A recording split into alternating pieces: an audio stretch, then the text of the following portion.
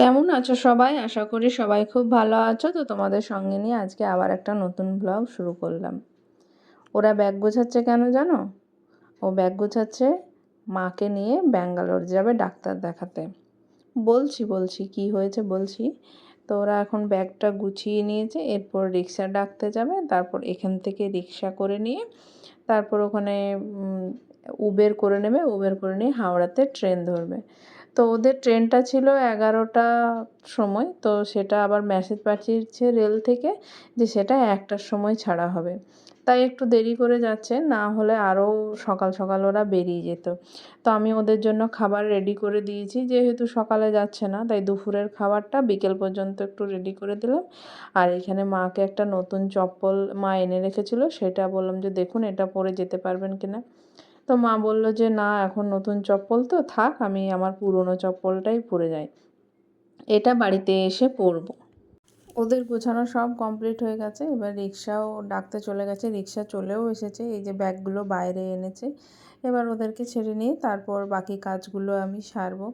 তো মা বা ও যদি বাড়িতে না থাকে একদমই ভালো লাগে না। তারপরে তো অনেক দিনের জন্যই যাচ্ছে, প্রায় 1 সপ্তাহের কাছাকাছি। তাই আমার মনটাও খুব একটা ভালো নেই, যে তাই একা একা না ভালো লাগে না। বাবা থাকবে, বাবা আর ওম তো স্কুলে চলে যাবে, আর বাবা বাড়িতে থাকবে। আর মা থাকলে একটু বেশি কথাবার্তা হয়, ও থাকলে একটু বেশি হাসাহাসি হয়, তারপরে একসঙ্গে থাকি। যাই হোক, তো কাজের সূত্রে তো যেতেই হবে, কিছু করার নেই। ও দেখছে উবেরটা বুক হয়েছে কিনা, তো বলছে যে না, এখনও 5 মিনিট লাগবে, সেই জন্য এখনও দেরি আছে, তো ও ধীরে সুস্থে যাবে। যাই হোক, তো ব্যাগগুলো ওদেরকে রিকশায় তুলে দিচ্ছে বাবা। আর এখন ও এই উঠে যাবে এবারে। আর মা তো একটু উঠতে অসুবিধা হয়, তাই এরকম রিকশা ডেকেছে যাতে নিচে কোনো পাদানি থাকে, সেই পাদানিটাতে পা দিয়ে উঠতে পারে।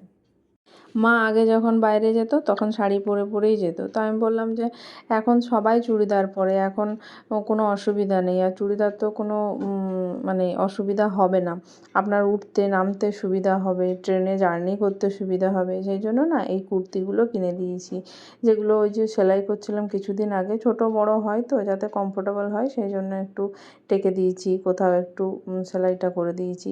তো ওই জন্য এই চুড়িদার আর প্যান্টটা কিনে দিয়েছি। আর ওড়নাটা আমারই, আমি বললাম যে নিয়ে যান, আমি এখন ওড়নাটা খুব কম ব্যবহার করি।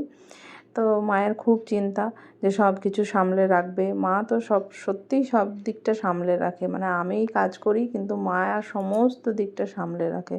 তো সেই ভাষাই আমাদের চলে। এই যে মারা চলে গেল, আর তারপর বাড়ির কাজকর্ম ছেড়ে আমি এখন ছাদে এলাম। তো ছাদটা কত সুন্দর লাগছে দেখো।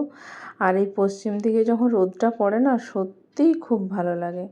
আর এই যে দেখাচ্ছিলাম তোমাদের একদিন, এটা হচ্ছে জিও ফাইবার লাগানো হয়েছে। আগে টাটা স্কাই ছিল, কিন্তু এখন জিও ফাইবার লাগিয়েছে। এটা নেটের স্পিডটা একটু বেশি। তো এইদিকে আকাশটাও খুব সুন্দর। তো ছাদে আসতে বেশ ভালোই লাগে যখন এরকম বেশ সুন্দর একটা ঝলমলে বিকেল থাকে, সেদিন আসতে খুব ভালো লাগে। আর যদি খুব হাওয়া দেয় তাহলেও আসতে খুব ভালো লাগে, কিন্তু যদি হাওয়া না দেয় তাহলে একটুও ভালো লাগে না। তো তোমাদেরকে বলি মা কেন ব্যাঙ্গালোরে গেল। ব্যাঙ্গালোরে আমার দেওর থাকে, ওখানে ওরা কর্মসূত্রে ব্যাঙ্গালোরেই আছে। আর ওখানে না ডাক্তার দেখাতে গেল, ওই যে মণিপাল হসপিটাল যেটা বলে সেখানে। তো মায়ের অনেক ছোটোবেলায় বিয়ের আগে একবার পড়ে গেছিলো সিঁড়ি থেকে। তো সেই জন্য মায়ের কোমরের যে হাড়টা আছে একদম নিচে, সেইখানের হাড়টা না সরে গেছিলো। তো তখন কম বয়স ছিল বলে বোঝা যায়নি, তো সামান্য চিকিৎসা করা হয়েছিল, প্রাথমিক যে চিকিৎসাগুলো করা হয় সেগুলো। কিন্তু পরে সেটা যত বয়স বাড়তে থাকে, পরে যখন আবার বিয়ে হয়, বাচ্চা হয়, তারপরে সমস্যাটা আরও বাড়তে থাকে। কি না, যে হাড়টা সরে গেছে সেই হাড়টা আবার অন্য একটা নার্ভকে চাপতে শুরু করেছে, যার জন্য কোমর হাঁটু প্রচণ্ড ব্যথা, ভালো করে হাঁটতে পারে না, সেইভাবে চলতে পারে না, ওই বাড়ির মধ্যেই যেটুকু হাঁটাচলা করতে পারে, বাইরে একটুও হাঁটাচলা করতে পারে না। তারপর কয়েকবার পড়েও গেছিলো, যার জন্য হাঁটুতে আবার ক্র্যাকও হয়েছে। তো সব মিলিয়ে নানা রকম বিষয় নিয়েই আরেকবার চেক আপের জন্য যাচ্ছে, প্রায় 6 মাস অন্তর অন্তর মাকে যেতেই হয়। তো সেই জন্য নিয়ে গেল। এইবারে তো মণিপালে নিয়ে গেল, আগের বারে ভেলোর নিয়ে গিয়েছিল। তো এবারে দেখা যাক মণিপালে কি বলে, যেটা বলবে সেটা ডিসিশন নেওয়া হবে। যদি অপারেশন করতে বলে তাহলে অপারেশন করবে, আর যদি অপারেশন না করে তাহলে ওষুধ দিয়ে তো বারবার তো নিয়ে আসা হচ্ছে, কিন্তু তাতেও কোনো ফল লাভ হচ্ছে না, বারবার কিন্তু ওই ব্যথা বেড়েই যাচ্ছে। আর এখন তো বয়স হয়েছে, সেই জন্যও নানা রকম অসুবিধা হচ্ছে, কিন্তু যাতে উনি ভালো থাকেন সুস্থ থাকেন সেই ব্যবস্থাই বারবার করা হয়। তবু কী বলো তো, ব্যথাটা তো ওনারই হয়, ওনাকেই কষ্ট পেতে হয়, তাই যাতে ভালো থাকে সেই ব্যবস্থাই সবসময় করার চেষ্টা করি। আর এখানে দেখো বরবটিগুলো কী সুন্দর ছোট্ট ছোট্ট হয়েছে, কয়েকদিনের মধ্যেই বড় হয়ে যাবে। আর এই রোদের মধ্যে না গাছগুলো একদম ঝলসে যাচ্ছে, এত জল দিতে হচ্ছে তাও। তবে এই গাছগুলোতে জল দিয়ে গেছে বাবা বিকেলবেলা। আর এখানে দেখো জবা গাছে কয়েকটা কুঁড়ি এসেছে কালকের জন্য, কালকে পুজো করা হবে। আর এখানে গাছটা একদম নুয়ে গেছে। তো আজকে এই পর্যন্তই ভিডিওটা করলাম, আবার অন্য কোনো ভিডিও নিয়ে আসবো। তো তোমাদের এই ভিডিওটা কেমন লাগলো অবশ্যই জানিও, যদি ভালো লেগে থাকে লাইক কমেন্ট সাবস্ক্রাইব করে দিও। আর তোমরা সবাই খুব ভালো থেকো, সুস্থ থেকো। এখনকার মতো টাটা, বাই বাই।